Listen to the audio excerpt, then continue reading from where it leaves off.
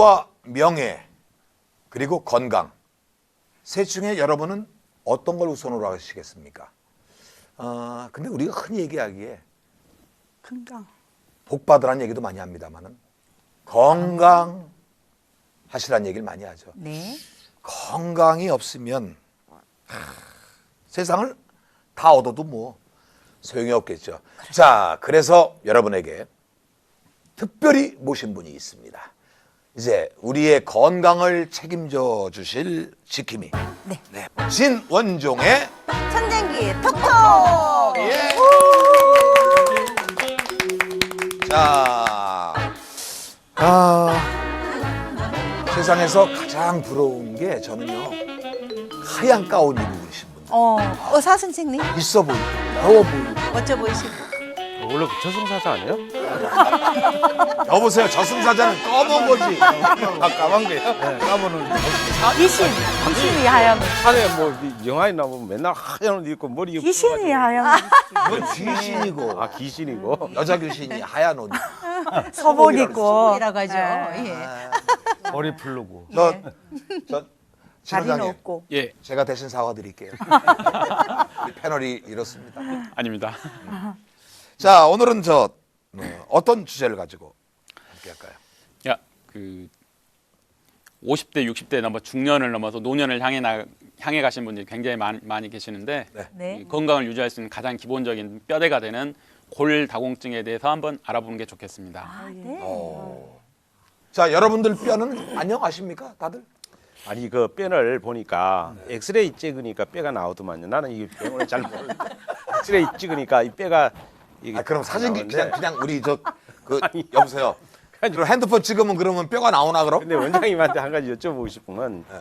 이 사진을 엑스레이 찍으니까 뼈가 하얗게 나오는데 그게 엄청 건강한 거라면서요. 하얗게 나오는 경우도 있는데 근데 검게 나오는 건 아주 안 좋다 그러대요? 그건 맞는 그거는 말이에요? 이제 그 주변의 상황에 따라 다르기 때문에 우리 사진 찍을 때도 똑같은 배경을 그 주변 광량에 따라서 똑같은 부분도 밝게 어둡게 찍히는 것처럼 엑스레이 자체도 그 전류를 강하게 주는 경우는 좀 더 까맣게 나오고 전류를 약하게 주면은 좀 더 밝고 하얗게 나오는 경우가 있어서 그럼 거짓말이네 그게? 하얗게 나오면 그 건강하다는 게? 80%는 거짓말 같습니다. 바로 이런 거예요. 예, 이렇게 물어보세요. 근데 박사님 말입니다. 예. 골다공증 아까 말씀하셨잖아요. 예. 그거 알아보자고. 골다공증이 사실은 엉치뼈 있는 데가 골다공증이라고 그러는 겁니까? 골다공증이라고 하면은 우리 온 몸에 있는 뼈를 모두 다 이야기를 하는데 보통 허리뼈나 또 대퇴골, 다리뼈를 골다공증 검사를 하는 게 이게 표준화가 되어 있습니다. 허리뼈와 대퇴골 뼈에서 검사를 하라 하고 표준화가 되고 가장 정확히 반영을 하기 때문에 주로 그 두 부위에서 검사를 하고 있습니다. 근데 저는 아직 쌩쌩합니다만은 근데 이렇게 친구들 보잖아요. 목욕탕에서. 그러면 주로 이제 우리가 같은 대화를 하는 게 갑자기 살이 빠진다, 다리살이, 엉치살이 빠지고 그게 보면은 엉덩이가 컸는데 엉덩이 살이 빠져요. 그리고 넓적다리 살도 빠지고. 늙어서 그래? 근육이 빠지는 그 이학선 원장님 그 근육. 말씀은 운동 안 하고 운동을 안 게으르면 근육이 그렇게 빠지는 빠져. 거 아니에요? 그게 이 주변에 친구들이 그 소리를 많이 하거든요. 그리고 저도 가끔씩 보면 목욕탕 가서 나도 빠졌나 하고 이게 보게 되는데 몸무게는 크게 변화가 없는데 이 다리살이 빠지고 엉치살이 빠지는 게 이 문제가 좀 있는 거죠. 그게 이제 보면 저 사우나 가서 보면 이 나이가 젊어서 이게 탱탱한 주름이 없어요. 엉덩이가. 근데 주름이 진다는 건 나이를 먹어간다는 뜻이기 때문에 운동을 열심히 해가지고 왜냐 나무는 죽으면 뿌리부터 죽고 사람은 죽으면 다리부터 죽는다 그랬어요. 예? 아 그래서 그래서 우리 많이- 박사님이 승마하시는 그 얘기하지 마. 아니, 지금 이학선 원장님이 말씀하시는 거는 네. 그러니까 그 살이 문제가 아니라 그 빠지는 게 뼈 안에 안에 문제가 있는가 그 내용물이 같이 빠지느냐. 그 칼슘이나 그 안에 들어가 있는 것들이 자꾸만 이제 나이가 먹어가면서 그게 이제 없어지기 때문에 그 살도 빠져 보이는 것처럼 느끼지 않나 이런 선생님한테 얘기가 여쭤보는 거예요. 그래서. 예, 예. 보통 뼈는 이제 변하지 않잖아요. 나이가 먹으면서 엉덩이 근육이 빠지고 종아리, 허벅지 근육이 빠지는 경우는 네. 근육이 빠지는 거고 뼈 자체는 외형은 변하지 변형이 않습니다. 없잖아요. 골절이 있지 않는 이상은. 그리고 나이 먹으면서 근육은 빠지는데 살이 그 체중은 똑같다 그런 거는 근육이 빠진 만큼 그 부분을 지방이 대체를 하기 때문이고 이게 뭐 뱃살이 더 나온다든가 내장 지방이 더 많아진다든가 아니면 등 쪽, 어깨 쪽으로 지방이 더 차기 때문에 체중은 똑같이 느끼는 거고요. 근데 박사님 그 골다공증이면은 뼛속에 구멍이 많다는 얘기이지 않습니까? 맞습니다. 왜 그 이유가 뭔지 왜 그렇게 되는지 그걸 말씀해 주시면은 우리 시청자분 아니 무슨 저 뭐 청문회 하십니까? 아니요 그 구멍이 그 느닷없이 왜 생길까요 그게? 이게 제가 이제 저희 병원에 오신 이제 환자분들께 골다공증 설명을 하게 된 경우 가장 이제 자주 예를 드는 게 네. 콘크리트 기둥을 이야기를 많이 합니다. 콘크리트 기둥. 50년, 60년 된 콘크리트 기둥은 안에 철골이 있고 그 주변을 콘크리트로 감싸고 있는데 시간이 지나면서 콘크리트 기둥은 떨어져 나가고 시멘트는 떨어져 나가지만 안에 있는 철골은 그대로 남아 있는 경우가 많이 있습니다. 물론 녹은 많이 쓸었겠지만 네네네. 겉으로 보기에는 불안하긴 하지만 이 기능에는 아무런 문제가 없습니다. 그런데 어느 날 갑자기 그 콘크리트 기둥 위로 커다란 무거운 자동차가 지나간다든가 위에서 누가 무거운 걸 팡팡 뛴다든가 그러면 그 아랫부분을 받치고 있는 철골 자체가 휘게 되는 경우가 있습니다. 그런 경우가 이제 골다공증이 문제가 되는 경우고 골다공증이라고 말을 하는 경우는 그 시멘트 조각이 다 떨어져 나가고 철골만 남아 있는 상태다. 아하. 그렇게 이야기를 쉽게 합니다. 생각하면 그렇게. 궁금한 게 하나 위험하네요. 있어요. 근데 골다공증이 왜 생기는 거예요? 그럼 생기는 거는?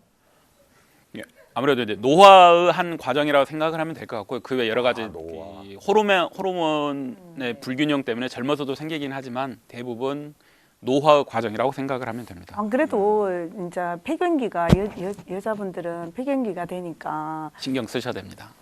아니 갑자기 막 허리도 아프다가 다리도 아프다가 막 목도 아프다가 막 이러더라고요. 안 그래도 그 원인이 있나요? 또 그런 건 이제 폐경기 증후군, 갱년기 증후군이라고 이야기를 하는데 네네. 여성분들 같은 경우 호르몬의 급격한 변화를 사춘기 때, 임신과 출산 때, 네네. 그리고 갱년기, 폐경기 되면서 호르몬의 급격한 변화를 겪게 되는데 네. 그러는 과정에서 여러 여성분들, 남성에 비해서 여성분들께서 굉장히 많이 힘들어하시는 분들이 많이 있습니다. 모르고 살았는데 그렇죠. 갑자기 그러더라고요. 요즘. 그렇다고 뭐 그래서 골다공증 왔으니까 아파야 된다 이건 아니고 뭐 어떻게 해서 방지를 할 수가 있는지 그죠? 아니면 뭐가 좋은지 이런 걸 아니 말씀해 저쪽에 주세요. 아니 MC고 자꾸 보니까 진행은 저쪽에서 해 지금. 네네.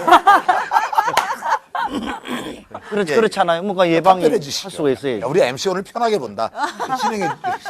골다공증을 보통 우리나라에서는 65세 이상 65세 이상이 되면은 국가에서 네. 건강검진에서 한 번씩 무료로 해주는 경우가 있는데 보통 저희들은 50세 넘으면 2년에 한 번 정도, 좀 많으면 1년에 한 번 정도는 검사를 해보라고 권유를 많이 합니다. 50세는 자수하네요. 예, 50대부터요? 네, 50대부터 하시는 게 좋습니다. 이후부터 해야 되는구나. 특히 여성분들 같은 경우, 남성분들 같은 경우에는 60, 70 뭐 지나가더라도 골다공증 있는 분들이 별로 없는데 여성분들은 말씀드렸던 호르몬 변화로 네, 인해서 폐경을 지나면서 굉장히 많이 골다공증이 빠르게 진행을 하기 때문에 네. 50대 넘어가면은 50세를 지나게 되면은 네, 검사를 많이 해보고 골다공증이 있는 경우 아니면 이 골다공증으로 가기 전에 우리가 골감소증이라고 하는 경우가 있는데 네네. 그런 경우에도 그 비타민 D라든가 칼슘 보충제를 복용을 하면서 비타민 D, 1년마다 검사를 해보는 칼슘. 걸 권유를 합니다. 그러면 박사님 그 어떻게 어떤 병원에서는 비타민 D 주사를 꼭 맞으라고 이렇게 권유하시는 데가 있더라고요. 그럼 그렇다고 골다공증 관계가 있나요? 폐경기 여성하고 같이 이렇게? 우리 몸의 골 흡수 과정에 비타민 D가 조효소로서 많이 작용을 하기 때문에 필요한 경우가 있고요. 네. 비타민 D는 그 이외에도 뭐 우리 몸의 컨디션이라든가 알레르기 반응 그리고 건강하다는 느낌 그리고 현대 들어서 굉장히 비타민 자외선을 많이 안 받는 경우가 있기 때문에 네. 비타민 D 주사를 맞거나 보통 3개월에 한 번씩 권유를 하고요. 아니면은 약을 복용을 하십시오 하고 많이 권유를 하고 있습니다. 그 이상이 자외선 없어도 먹어야 되나요? 검사를 해보고 네. 대부분 이상이 나옵니다. 비타민 D 같은 경우는 검사를 50세 넘어서 검사를 해보면 우리나라 여성은 80% 이상이 비타민 D가 부족하다고 나옵니다. 그럼 굉장한 거예요. 그러면 그저 여성들 그 햇빛을 안 봐서 그런 거예요? 그러면 화장을 너무 진하게 해서 그래요? 바로 그렇습니다. 저희들이 그러니까 이게 햇빛을 어, 보고 화장을 진하게 한다 예. 이러면 이야기를 자외선이 차단되니까 네, 차단되기 때문에. 예, 이야기를 하다 보면은 나는 맨날 학교 체육 선생님에서 맨날 학교 운동장에서 학생들하고 뛰어놀고 여선생님이신데 네. 그런 내가 비타민 D가 부족하다고 그런다. 왜 그러냐? 말도 안 된다. 저 선크림 같은 이런 거 바르면 아 차단을 시켜. 선생님 운동장 나가면서 선크림 바르시죠. 자외선 차단 마스크 쓰시죠. 자외선 차단 모자 쓰시죠. 아침에 출근하고 저녁에 퇴근하는 자동차 안에 썬팅돼 있으시죠.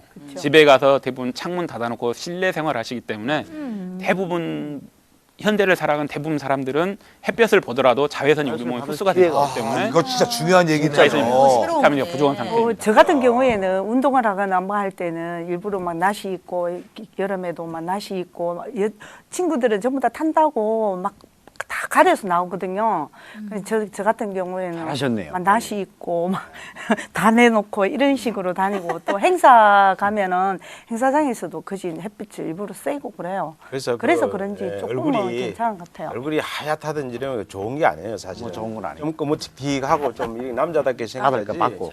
아니 그러면은 일광욕 하거나 일부러 뭐 그 선탠 하잖아요. 왜 우리 저 외국에 예. 가면 아니 그렇게 자연 빛을 보는 것도 어떤지 모르겠고 또 우리 기구 있잖아 왜 형광등 막 달려 있는 막 이게 저 캡슐 선텐 선탠 예.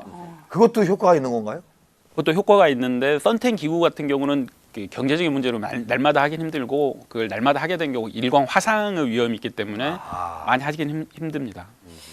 자 그러면 자 골다공증 걸려서 치료는 해야 되는데 네. 그럼 우리가 그 예방하거나 우리가 뭘 주의해야 됩니까?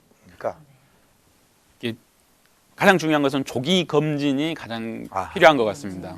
보통 65세, 60세, 50세 중반 넘어가면서 여성분들 폐경이 된다든가 하면은 한번 좀 검사를 해볼 필요가 있고요. 그 상태를 봐서 병원에서 2년 있다 오세요. 꼭 괜찮으니까 3년 있다 오세요. 그런 걸 한번 이야기를 들어보시고 그 필요하면 칼슘이라든가 비타민 D 호르몬이 섞어진 약이 복합제가 있는데 그 약을 좀 복용하시면 많은 도움이 됩니다. 네.